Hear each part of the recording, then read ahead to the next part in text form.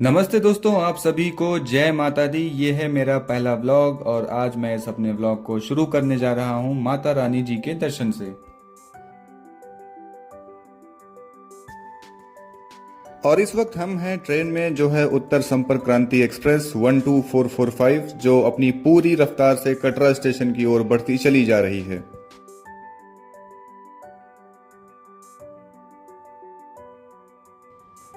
और अभी हमारी train Jammu Tawi railway station से निकल चुकी है। और भाई आप एक बार ये व्यू देखिए, कितना प्यारा व्यू है।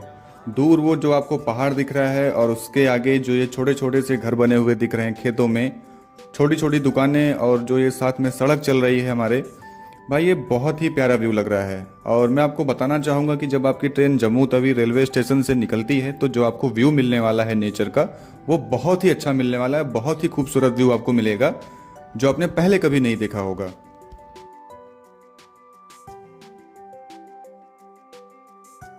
और दोस्तों आप यकीन मानिए, ट्रेन की खिड़की से बाहर झांकते ही ना जो आपको नज़ारे दिखाई देते हैं वो वाकई दिल को सुकून देने वाले होते हैं। छोटे छोटे घर जो पहाड़ की गोद में बसे हुए हैं, उन पर हल्की हल्की सी धूप पड़ रही है, मानो प्रकृति खुद माता रानी की राह दिखा रही हो। हरी भरी वादियाँ, घुमावदार रास्ते और दूर तक फैले पहाड़, ये सब मिलकर सफ़र को और भी खास बना देते हैं। यात्रा के दौरान कई बार ऐसा लगता है जैसे नज़ारे किसी पेंटिंग से निकलकर सामने आ गए हों। छोटे बच्चों को खेतों में खेलते देखना, किसान भाइयों को मेहनत करते देखना और पहाड़ों के बीच से गुजरती ये ट्रेन, मानिए हर पल एक अलग ही अनुभव दे रहा है। दोस्तों यही तो है असली मजा ट्रेन जर्नी का। आप बैठे बैठे प्रकृति की गोद में सफर कर रहे होते हैं। और फाइनली कई घंटों के इस खूबसूरत जर्नी के बाद हम पहुंच चुके हैं कटरा स्टेशन। कटरा स्टेशन एकदम साफ सुथरा और व्यवस्थित है और यहाँ उतरते ही मन में एक अलग सी ही ऊर्जा आ जाती है। आप देख सकते हैं दूर वो हमारी अर्धकुमारी माता जी का मंदिर, और ये है हमारा कटरा स्टेशन जो कि एकदम साफ सुथरा और भक्तों से भरा हुआ है। तो भाई यहीं से माता रानी जी के दरबार की यात्रा का असली रोमांच शुरू होता है। माता रानी जी के भवन तक पहुंचने के लिए वैसे दो रास्ते हैं, एक है पुराना मार्ग और एक है ये नया ताराकोट मार्ग जिस पे अभी मैं चल रहा हूं। और दोस्तों इस रास्ते की सबसे खास बात यह है कि ये बेहद साफ़ सुथरा और आरामदायक है। यहाँ पर भीड़ भी बहुत ही कम होती है और यहाँ तक कि जब पीक सीज़न होता है यात्रा का, उस समय भी यहाँ पर भीड़ बहुत ही कम देखने को मिलती है। और चलते चलते मैं आपको बताना चाहता हूँ कि जितने भी माता रानी जी के भक्त होते हैं उनकी पहली पसंद होती है पुराना मार्ग। 80% भक्त सब पुराने मार्ग से ही जाते हैं और जो बाकी बचे हुए 20% भक्त हैं वो इस मार्ग को चुनते हैं। और अगर आपको ऐसा रास्ता चाहिए कि जहाँ पे भीड़ कम हो तो आप इस रास्ते को चुन सकते हैं, और अगर आपको भक्तों के बीच जयकारे लगाते हुए जाना है तो आप पुराने रास्ते को भी चुन सकते हैं। और अगर मैं बात करूं सुविधाओं की, तो यहाँ पे सुविधाओं की कोई कमी नहीं है। जो सुविधाएं आपको मिलेगी पुराने मार्ग पर, वही सेम सुविधाएं आपको यहाँ पर भी मिल जाएंगी। आपको हर 300 से 400 मीटर पे वॉशरूम और हर थोड़ी थोड़ी दूर पे आपको छोटी छोटी चाय नाश्ते की दुकान भी मिल जाएगी। और आगे चलते हुए आपको एक लंगर भी मिलेगा जहाँ पे आप मुफ्त में लंगर के भोजन का आनंद ले सकते हैं। इन रास्तों पर चलते हुए आपको हर थोड़ी दूर पर माता रानी जी के जयकारे सुनाई देंगे जो आपके कदमों में और भी ऊर्जा भर देंगे। थकान होने के बावजूद भी मन हर बार यही कहता है कि चलते रहो, माता रानी जी बुला रही हैं। दोस्तों सच कहूँ तो इस नए ताराकोट मार्ग पर चलना एक अलग ही अनुभव है। शांति भी है, सफाई भी है, और सबसे बड़ी बात यहाँ का वातावरण आपको माता रानी जी के और करीब ले आता है। और यात्रा मार्ग पर चलते हुए अभी हमें मुश्किल से 1 या 2 किलोमीटर ही हुए होंगे और ये हमारे सामने एक सिक्योरिटी चेक पोस्ट आ गया है। यहाँ पर भक्तों की सिक्योरिटी चेकिंग होती है और उनके पास जितना भी लगेज होता है उसकी बहुत अच्छे से चेकिंग होती है सिक्योरिटी पर्पज़ के लिए, जो कि बहुत ही ज़रूरी है यात्रा मार्ग पर सिक्योरिटी बनाए रखना। और सिक्योरिटी चेक होने के बाद में भक्तों को आगे की यात्रा के लिए भेज दिया जाता है। जय माता दी। सभी यात्रियों से अनुरोध है, यदि आपने अपनी यात्रा पूरी करनी है तो अपना यात्रा कार्ड कलेक्शन बॉक्स में जमा करें। तो दोस्तों अभी आप ये जो स्पीकर्स में मंत्र प्ले होते हुए सुन रहे हैं, बताना चाहूँगा कि भवन तक ये जो यात्रा है 14 से 15 किलोमीटर लंबी है।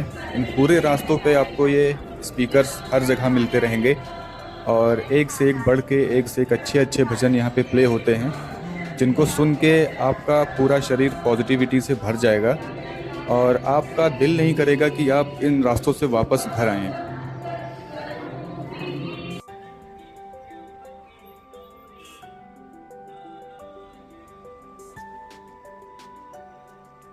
और महामाई की ऐसी कृपा है, माता रानी जी की ऐसी कृपा है। माता रानी जी कम से कम साल में 2 या 3 बार या कभी कभी 4 बार भी अपना बुलावा भेज देती हैं और मुझे ये सौभाग्य मिलता है कि मैं माता रानी जी के दर्शन कर सकूं। आप लोग मुझे कमेंट में बताइए कि आप कितनी बार जाते हैं साल भर में, या माता रानी का बुलावा आपको कब कब आता है। और आप देख सकते हैं कि ताराकोट मार्ग कितना अच्छा है, कितना शांत है और यहाँ पे कितनी खिली खिली सी धूप आ रही है। आसमान भी पूरा नीला है, पूरा साफ है और रास्तों पे ऐसी बागवानी की गई है, खूब अच्छे अच्छे से फूल भी लगाए गए हैं जिनको देख के आपको बहुत ही अच्छा लगेगा। और दोस्तों, ये मेरा पहला ब्लॉग है। मैंने इस चैनल पे इससे पहले कोई भी ब्लॉग अपलोड नहीं किया है, तो अगर आपको लगता है कि मुझसे कुछ रह गया हो, मैंने कोई टॉपिक कवर ना किया हो और इस यात्रा पे मैंने कोई ऐसी चीज़ छोड़ दी हो जो कि मुझे बतानी थी, तो आप वो सब को मुझे कमेंट में बता सकते हो। और इन रास्तों पे चलते चलते आपको ऐसे बहुत से शॉर्टकट्स भी मिलेंगे जो कि आपकी इस यात्रा को थोड़ा सा कम कर देंगे, वो भी मैं आपको आगे दिखाऊंगा। आप मेरे साथ इस वीडियो में बने रहिए।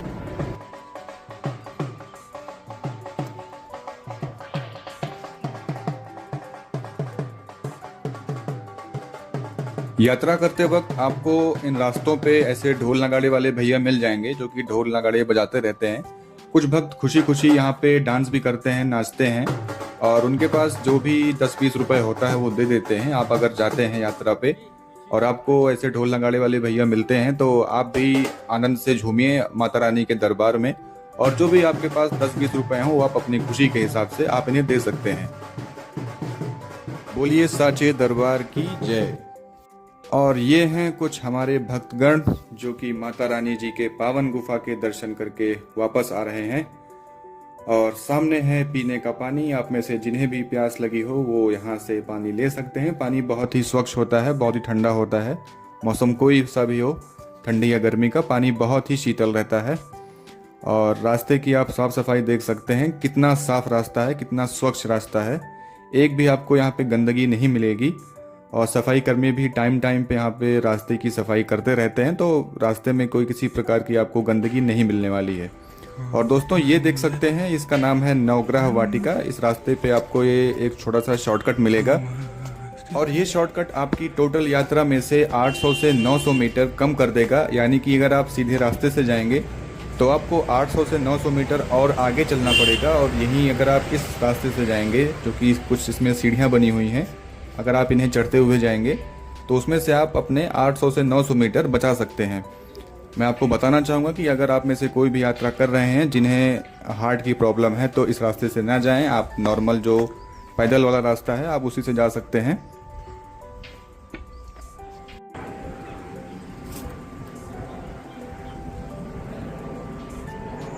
तो भाई, शॉर्टकट पे आगे बढ़ते बढ़ते हम आ चुके हैं अपने पैदल वाले मार्ग के सामने। आप देख सकते हैं ये पैदल मार्ग है हमारा, और ये है कटरा का व्यू इस शॉर्टकट के रूट से।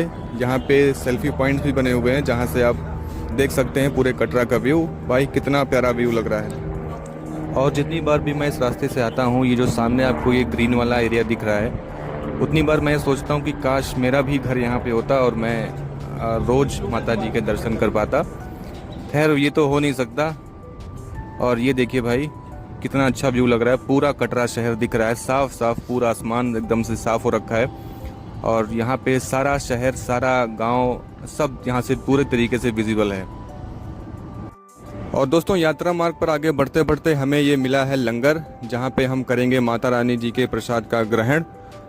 और बात करें अगर डिस्टेंस की कि टोटल अभी हम कितना चल चुके हैं, तो लगभग अभी यहाँ पे लंगर के पास तक टोटल जो डिस्टेंस है वो है 7 से 8 किलोमीटर की पूरी डिस्टेंस कवर हो चुकी है। और इसके बाद जो भवन का जो डिस्टेंस रहने वाला है वो होने वाला है लगभग 5 से 6 किलोमीटर का। और भाई, हमेशा की तरह माता रानी के रास्तों का व्यू बहुत ही अच्छा है।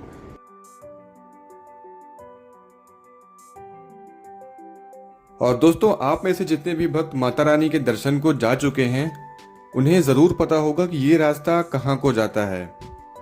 जी हाँ, ये रास्ता जाता है माँ अर्धकुमारी जी के मंदिर को, जहाँ पे माता ने 9 महीने गर्भजोन गुफा में विश्राम किया था। और ये हमारे कुछ नन्हे मुन्ने से बालक हैं जो दर्शन करके आ रहे हैं या दर्शन करने जाएंगे। और आपको मैं आगे वीडियो में दिखाना चाहूँगा कि यहाँ से जो नीचे कटरा शहर का जो व्यू दिखता है, ये देखिए आपके सामने व्यू है, कितना अच्छा व्यू दिख रहा है। शाम ढल रही है और नीचे है पूरा कटरा शहर। ये व्यू तो बहुत ही अच्छा है, लेकिन इसके बाद का जो व्यू आपको दिखने वाला है, वो सच बताऊं तो वो इससे भी कई गुना ज़्यादा अच्छा है। जी हाँ, अब आप दर्शन करने वाले हैं माता रानी जी के भवन का। जी हाँ, ये है माता रानी जी का भवन, माँ वैष्णवी जी का भवन। बोलिए साचे दरबार की जय, माँ के प्यार की जय।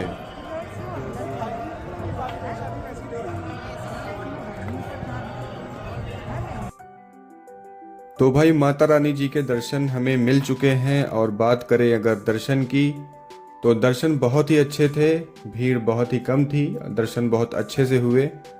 और अभी हम लौट रहे हैं वापस कटरा की तरफ।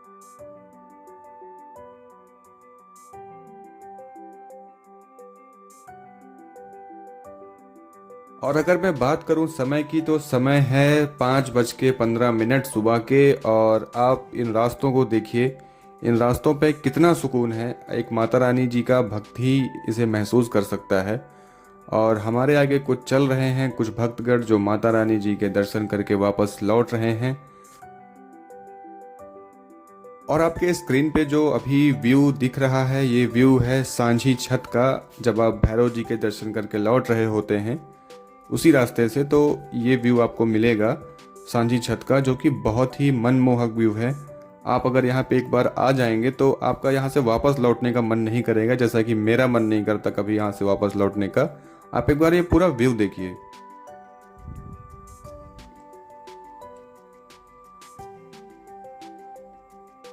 और इस वक्त आप जो अपनी स्क्रीन पे नज़ारा देख रहे हैं वो है अपना हिमालय पर्वत। जी हाँ, आप यहाँ से भी, और जब आप भैरव बाबा जी के दर्शन करने जाते हैं तो भैरव बाबा जी की जो घाटी है वहाँ से भी आपको हिमालय पर्वत का नवीन दर्शन होगा।